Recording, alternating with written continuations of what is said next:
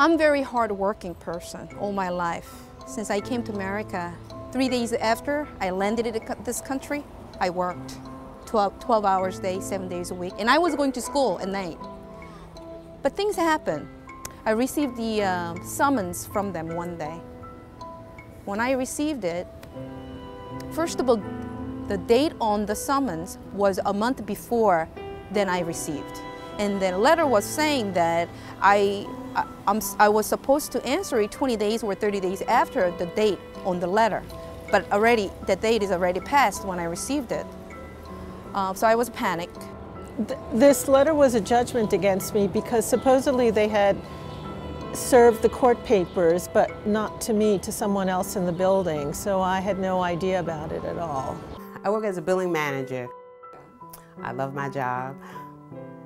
Matter of fact, I was on vacation when I came back to work. My payroll manager's like, hey, I need to talk to you. She pulls out the sheriff's notice. And I'm like, what does this mean? And she says, oh, they're gonna take 10% out of your paycheck every 2 weeks. So I'm like, I can't afford this. And I felt really bad and scared and nervous and like, what am I gonna do?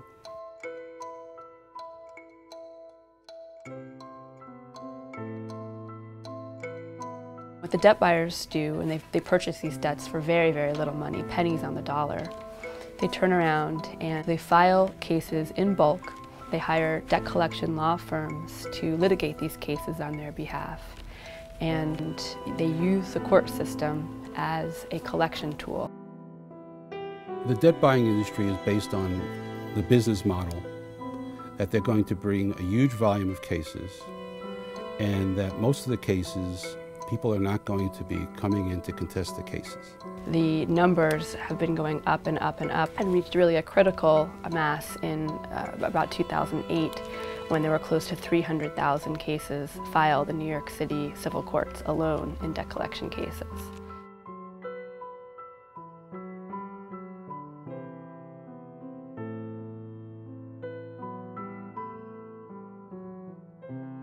When I first started hearing about this stories, a lot of them were pretty shocking. A lot of the litigants that came into CLARO didn't even know they had been sued. We met with a lot of elderly people who would come in and say, I went to the pharmacy to get medication and I didn't have access to my bank accounts.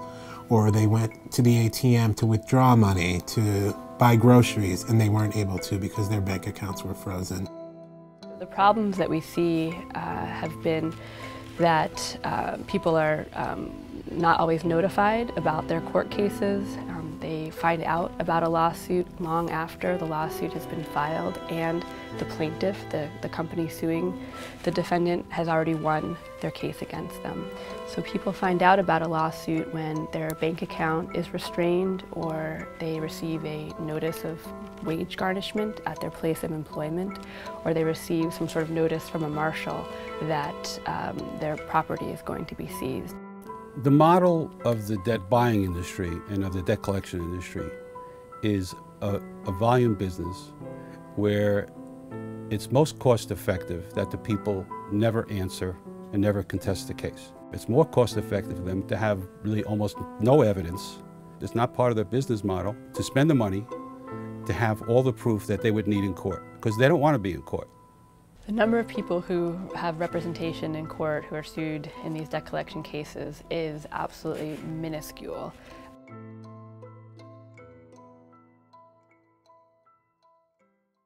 This is not justice, and I think one of the things that the CLARO project was created to do is balance out the justice and the bargaining powers and the powers of unrepresented litigants versus companies with attorneys who have the ability to hire an attorney and send an attorney to court and prey on victims who have far less knowledge than them.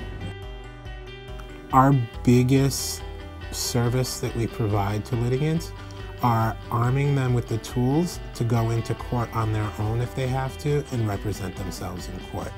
I was walking out of the court and I saw the huge sign right by the security guard, and that was a CLARO.